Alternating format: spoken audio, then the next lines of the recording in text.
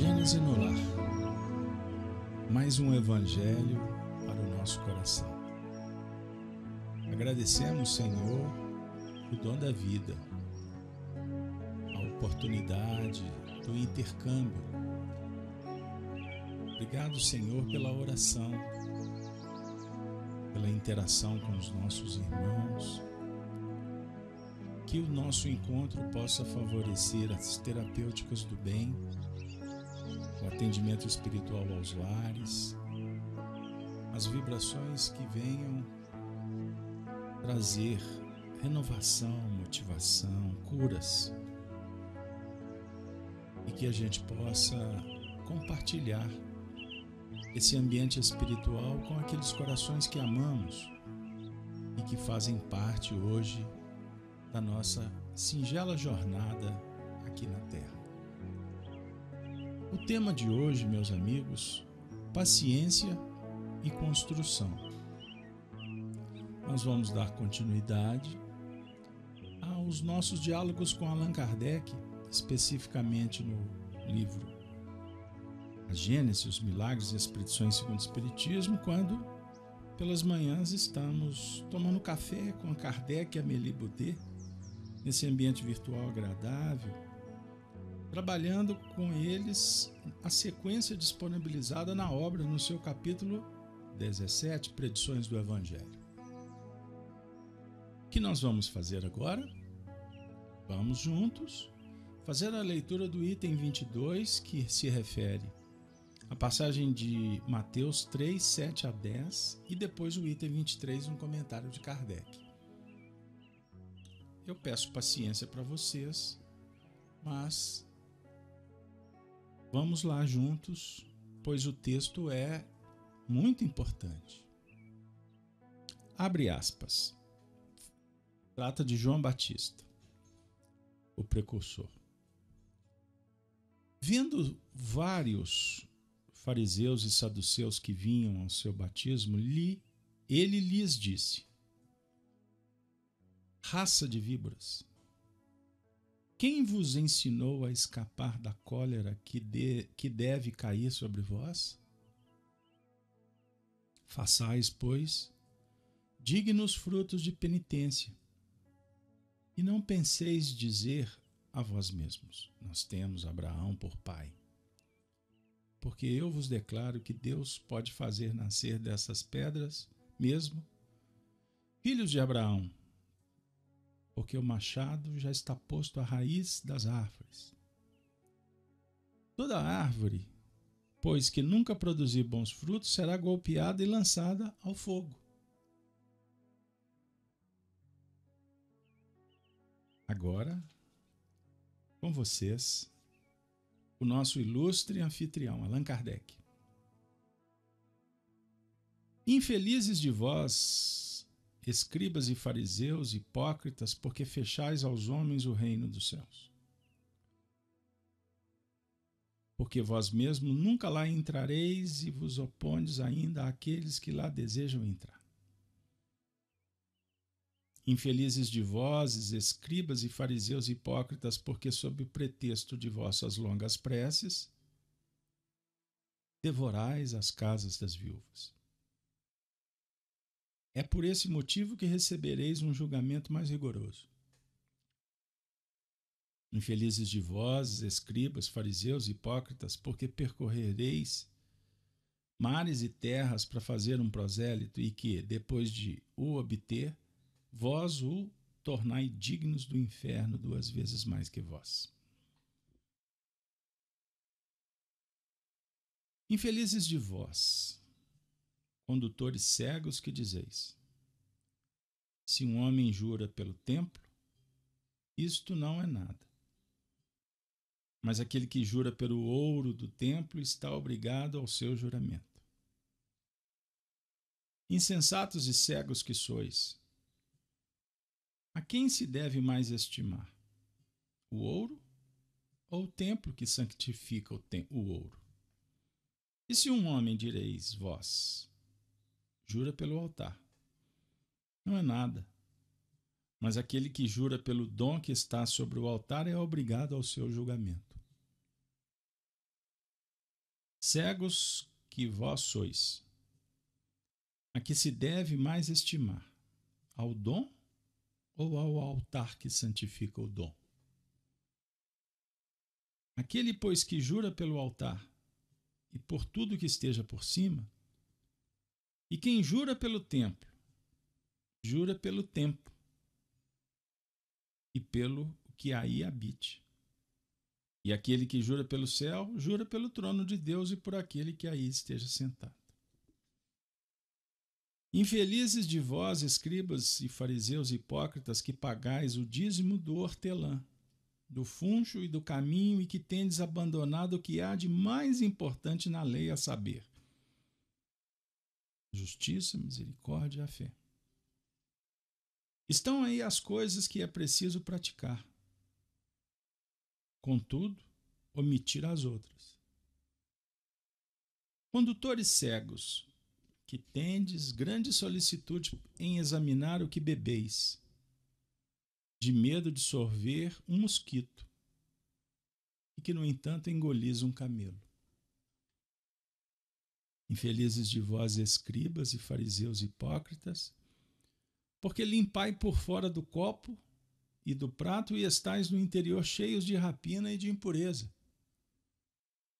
Fariseus cegos, limpai primeiramente dentro do copo e do prato, a fim de que o exterior esteja limpo também. Infelizes de vós, escribas e fariseus hipócritas, que pareceis com sepulcros caiados que por fora parecem belos aos olhos dos homens, mas que no interior estão cheios de ossadas de mortos e de toda a sorte de putrefações. Assim, externamente perecereis justos, ou parecereis justos, mas no íntimo está cheios de hipocrisias e de iniquidades. Infelizes de vós, escribas e fariseus, que construís túmulos aos profetas e ornai os monumentos dos justos, e que dizeis: se fôssemos do tempo dos nossos pais, não teríamos nos associado a eles para derramar o sangue dos profetas. Acabai, pois, também de encher a medida de vossos pais.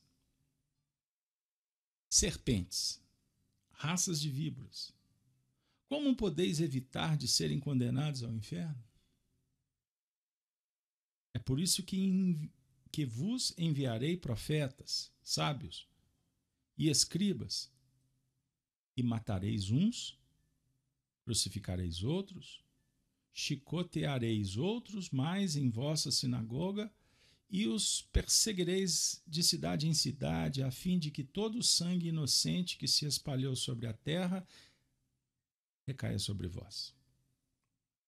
Desde o sangue de Abel, o justo, até o sangue de Zacarias, filho de Baraquias, que matastes entre o templo e o altar. Digo-vos em verdade, tudo isso virá a recair sobre essa raça que existe atualmente.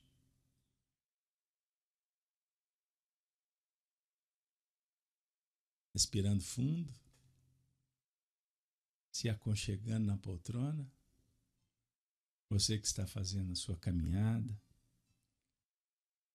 respire o hausto do Criador. Sinta suas percepções, preencha-te por dentro, mergulhando, para despertar essa força extraordinária que existe em você.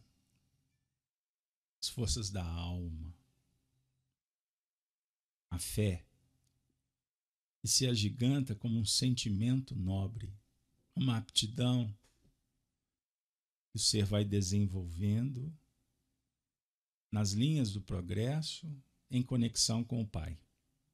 Lei divina na consciência, exuberante na ação, prática. Nós temos galgado patamares importantes na nossa evolução, principalmente nesse cenário que nos encontramos na casa de Kardec às manhãs, tiramos alguns minutos para nos reunirmos e refletirmos sobre a vida. Cada reunião tem um colorido, tem uma especificidade. Umas falam para o coração, outras para a razão. Alguns dias um Vesúvio entra em erupção, outros mansidão, páramos celestiais. Em dia, cambaleantes, soerguidos, medicados. Tem dia que a poesia toca o coração e a gente sangra de emoção. É muito bom estar com Jesus pelas manhãs. Certo é, se todas as manhãs repetíssemos um versículo só do Evangelho, nunca seria a mesma coisa, pois o estado de alma é diferente. Nós despertamos diferente de ontem. Quais foram suas experiências no mundo espiritual? Estivestes em contato com os amigos, aconselhado, em tarefas, participou de palestras? Ou ficastes no cenário da sua casa, naquele lugar comum, sem fazer nada de diferente? Esperando as horas passarem. Isso pode acontecer no mundo espiritual também.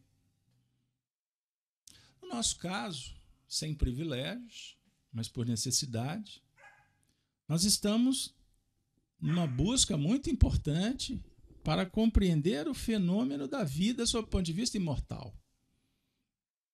Uma vez que na Terra, nosso tempo é curto e o espírito se agiganta, ele ganha em capacidade, em conhecimento, em expressões do mundo espiritual. Então nós estamos no ir e vir, num estado de mudança permanente. É a única lei que não altera a mudança. É das tradições filosóficas gregas. Mudamos mentalmente, sentimentalmente e emocionalmente. Jesus, no cenário apresentado, lembrando que esse diálogo ele fala sobre planejamento,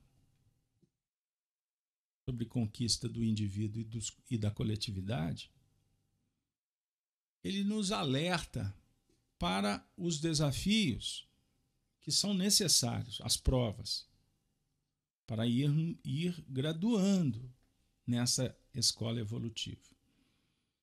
E dentro do cenário de escolhas e de respostas, causas inteligentes, respostas na mesma dimensão, o espírito vai recolhendo no celeiro e aprendendo a lidar com estas atividades. Experiência e habilidade. Razão, sentimento em franco desenvolvimento. Vez por outras, respostas agradáveis, outras não.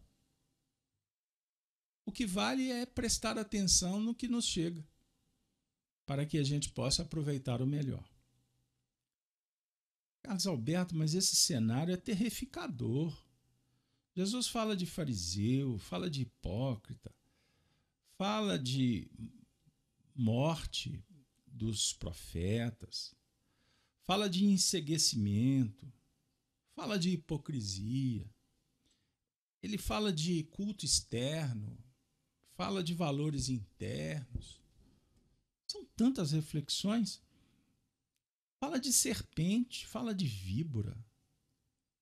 Texto muito forte, não? Na verdade, depende de como você analisa. Porque, por exemplo, quando ele fala sobre serpente, raça de víboras, logo no final do encaminhamento da matéria e a condenação do inferno, ele abre um ângulo importantíssimo no que remonta à ilusão. Nós temos as forças da alma que são impulsionadoras. Nas tradições hindus se estuda a Kundalini. Olha que beleza. Força primária. Tem a ver com os nossos centros nervosos, com os plexos, com a vinculação do perispírito com o corpo físico, com as forças mantenedoras, sexuais. Essa mesma força pode ser utilizada para promover cura e destruição. Depende do encaminhamento mental que você dá para os potenciais da sua alma. Quando amamos, nós estamos trabalhando um instinto que se vai se tornando, na elaboração do tempo, os sentimentos do grande futuro. Então, no Antigo Testamento, nós temos desde a figura de Eva até no Antigo Testamento o glamour de Maria, para fazer uma associação desse sentimento em níveis diferentes. Então, Eva dialoga com o jogo da sedução, com a paixão, com o campo das possibilidades que abrem frequência para a ilusão. Olha que interessante. Fantasia. Com Maria Santíssima, nós temos esse sentimento já direcionado para um trabalho. Então, ele dialoga com a imaginação, dialoga com criatividade, com cocriação, com gestação, mas sobre uma orientação positiva. Então, observe, enquanto a serpente seduz Eva, quem que visita Maria? Não é a verdade? Não é o anjo? Não é a notícia? Não é o conhecimento? Não é a revelação? Então vamos nos posicionar com um entendimento maduro para observar o seguinte, que Jesus está chamando a atenção para a importância da essência do que nós produzimos e nos deslindarmos da forma. Porque a forma não atende, ela sugere, ela facilita. Mas o que mais importante que fica é o fruto da árvore. Aí a gente volta os olhos filosoficamente para observar o que nós estamos produzindo. Mas, Alberto, eu não sei. Não, é fácil. Dá para entender. Você anda bem? Você está feliz? Você se sente realizado? Você, quando pega para fazer uma tarefa, você está indo ao fim? Você vai até onde você se propôs? Como é que andam as coisas?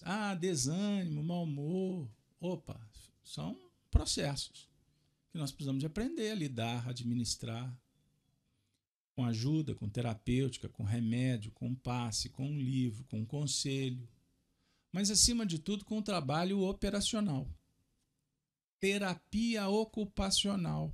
É a dica do Evangelho. Prática do bem. E o que é a prática do bem? Sair? Não, calma. O bem comum para todos. Coloque em prática o que a sua consciência está dizendo. Nas linhas de promover o progresso. Ajustar, reparar. No diálogo com a justiça, o que é o justo? O que é o certo? O que é o errado? Avaliação permanente de valores. E, naturalmente, você caminha para a sabedoria. Então, não tem complicação. Não se preocupe com o templo. Nós não estamos aqui interessados com religiosos, com pedantes intelectuais que querem pregar para os outros o que eles têm que fazer. Sabe, se você está indo no culto, se você está fazendo a sua prece, você está seguindo a cartilha. Ninguém aqui está interessado nesse assunto, porque isso é disciplina de cada um, de acordo com a preferência. O nosso papo é com a qualidade da sua vida. O que você está produzindo e que está te trazendo resultados? Porque em Espiritismo aprendemos que o universo é o mental. Ele é o importante. O que você produzir na sua esfera mental, isso vai repercutir em toda a atmosfera por onde você morejar. Começa pelos corpos, pelas emoções, pelos sentimentos. Reverbera na sua esposa, na sua marida, no seu filho, na sua tia, no seu vizinho, no seu cão. na florzinha que você cultiva na sua casa. O ambiente espiritual, os espíritos que participarão com você do dia a dia, tudo isso reverbera. Então o religioso tradicional vai para o templo para pedir o passe. Acende o incenso. Vamos fazer exorcismo. A mãe quer levar o menino para evangelização para espantar o obsessor. Vamos fazer a prece para ver se a vida muda e arruma emprego. Aí a gente vai naqueles mecanismos tradicionais que são importantes, diga-se de passagem, para milhões de pessoas. Nós respeitamos crenças e práticas e costumes. Combinado? Todo mundo em paz, feliz? Mas eu e você estamos estudando com Kardec e Amélie Boudet nessa manhã, tomando esse café gracioso, abraçados por Jesus, nesse discurso firme, porque ele não pode ser um discurso mais ou menos. O papo tem que ser reto. Nós temos que tomar uma providência. Chegou a hora. Não dá para deixar para depois. Porque senão a gente vai continuar matando os profetas. Você já pensou no quanto que a gente fecha a possibilidade de receber um conselho? O amigo me chamou para participar do Gênesis no Lar. Vem cá, é um momento de prece, é um momento de consolação. Aí nós viemos. Tá te fazendo bem? Valoriza isso. Pode ser que você não volte mais. Mas esse momento que tu está vivendo agora, ele pode ser especial para muitas outras coisas que advirão. Ou seja, valorizar as coisas como elas nos chegam, porque chegam pela providência divina. O convite, a notícia, a desencarnação, a doença, a premiação, a valorização, o incentivo, o apupo, tudo que bater na sua porta é seu, é do seu CPF, é do seu CEP, é de acordo com o seu costume, a cidade que você mora, é o resultado de muitas vidas, de muitos investimentos, e chegou agora a hora de, como diz na linguagem popular, né, passar a régua. Chegou a hora de verificar tudo que nós produzimos até então para sair para uma nova semeadura, num novo tempo, no tempo da paz. Porque paz é o prêmio do bom combate. Os homens lá fora querem o menor esforço. A sociedade consumista, o que ela quer? Ela quer para si. Ela quer consumir. A sociedade espiritual tem uma bela mensagem do Espírito Emmanuel.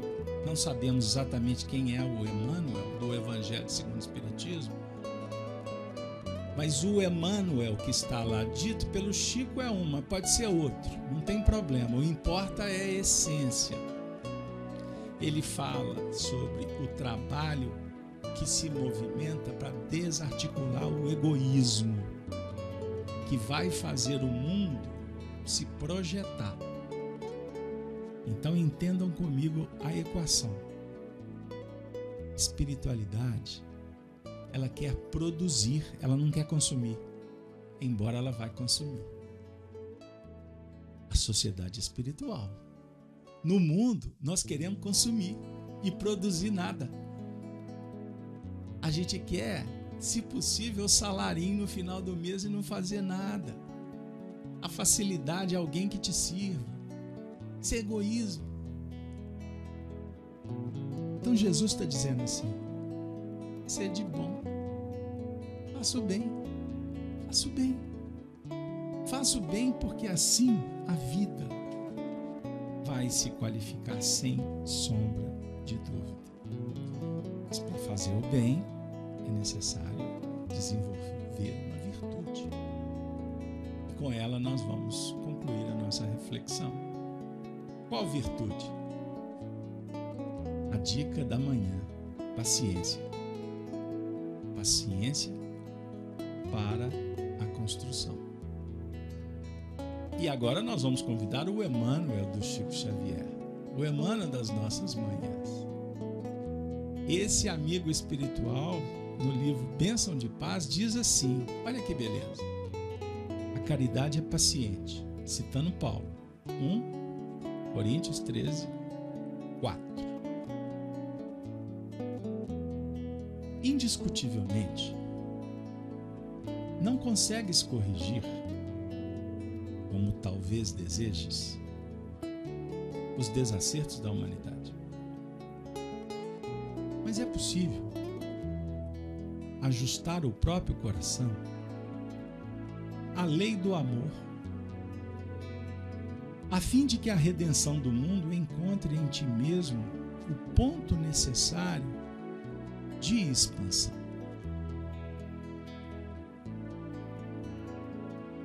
Não julgues, porém, que pressa ou violência sejam climas adequados de ação para a vitória do bem.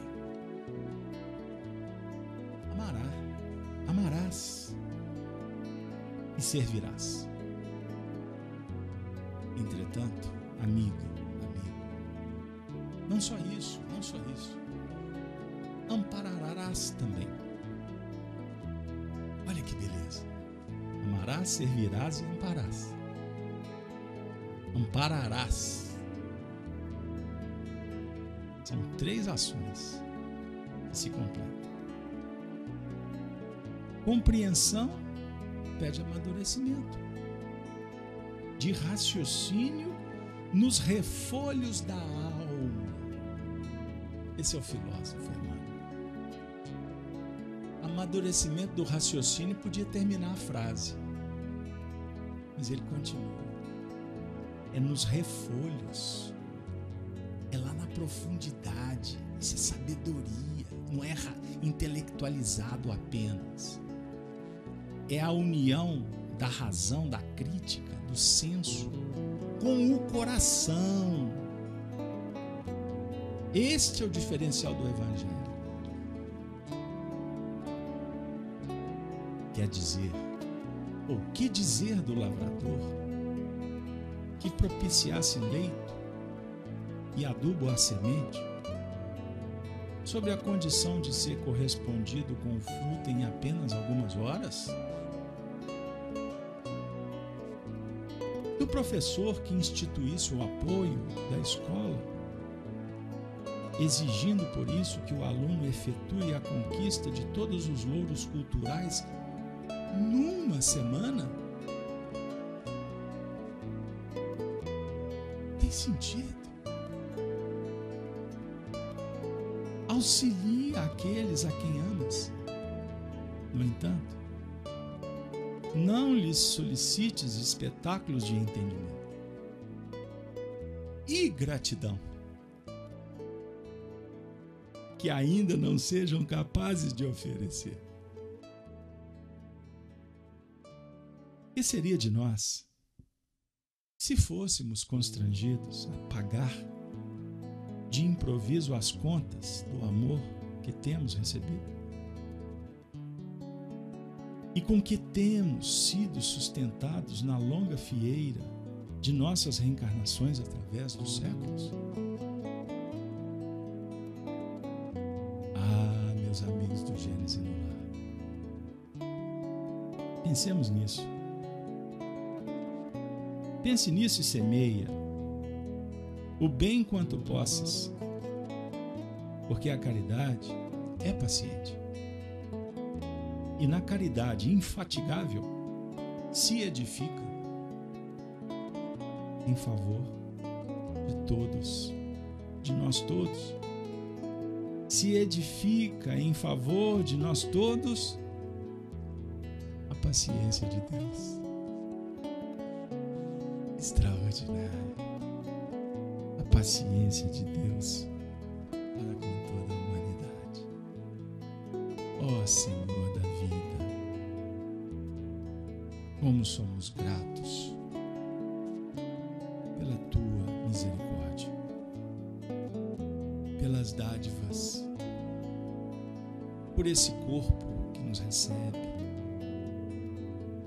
pela família que nos acolhe. Ó Senhor, a profissão que me dá o ganha-pão,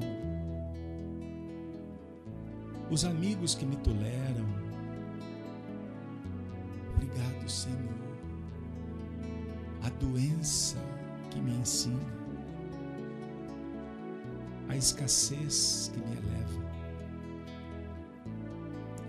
a abundância que demonstra a beleza do universo,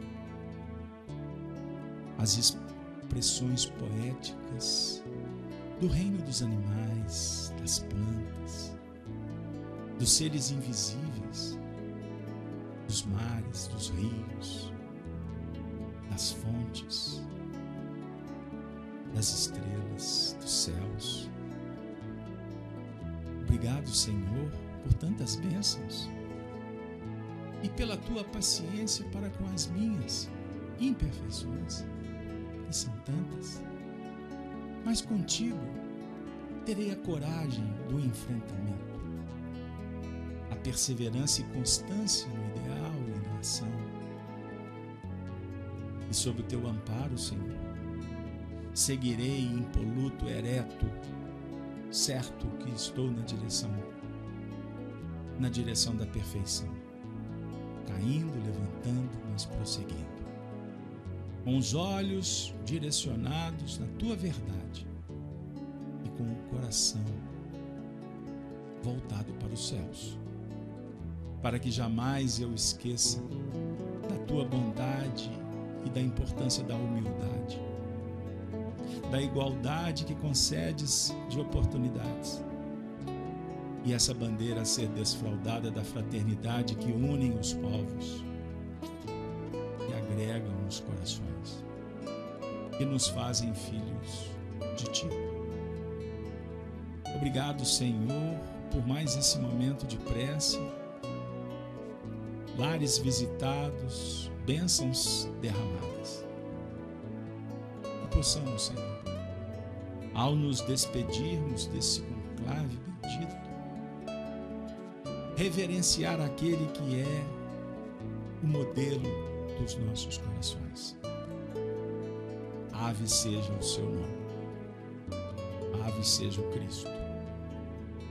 Sê conosco, Senhor, e que tenhamos um dia de muita alegria, de muito amor e de muita paz. Gênese no lar, mais um evangelho para o seu coração.